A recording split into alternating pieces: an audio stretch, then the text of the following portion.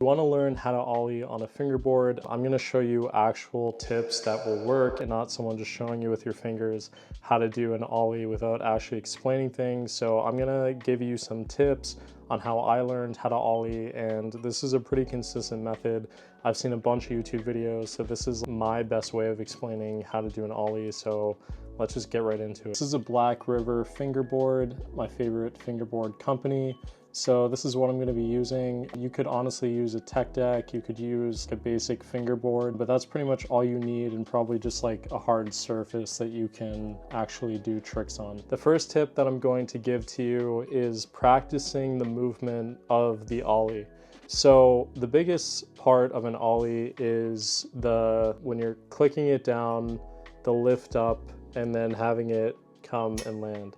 So your fingers are almost doing a motion like that. So it's kind of like that motion. And the best way to practice that, if you can't get the fingerboard off the ground without doing some like crazy flip, is using your leg and practicing the movement on your legs. So for example, you take your fingerboard. I like to put my fingers like either here, some people do this kind of thing. I've always found putting my fingers like that to be beneficial, but again, it's really a preference. So what I do is I start with my hand here on my thigh, and I lean it down and I pop, and then I lift up and then land. I did this like a bunch when I was trying to learn how to ollie because I didn't really understand the movement. And what you'll get used to is the way that your hands and your finger is supposed to move. So you're almost going back, popping, lifting up, and then doing it. So really what the movement should look like is back, pop, up, and land. So again, with your fingers, if they're on here, you come back, pop, and normally if you get enough and you pop, the board will come up like this, and your fingers will move up slightly, and then the board will come down. And what I've noticed whenever I do an ollie is my fingers will go from here to here, because that means that as I'm catching it, my fingers move forward. So that's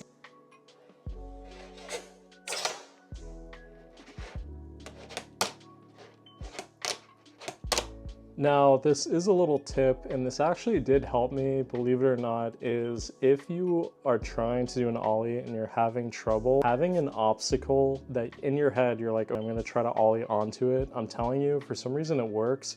And whenever I think of an obstacle that I'm trying to ollie onto, I like pop way further, way higher. So that's something that I'd recommend, but I definitely think using your leg and practicing that movement is definitely the best way to get better at ollieing.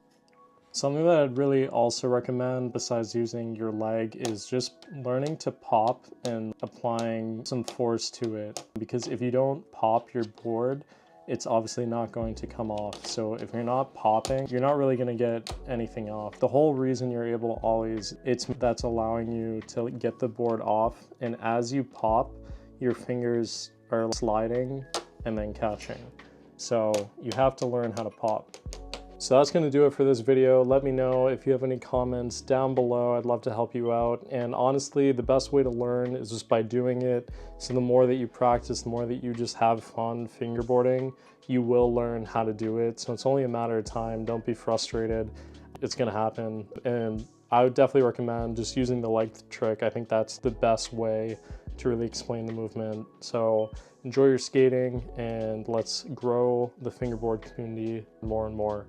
So thanks for watching. Peace out. Bye.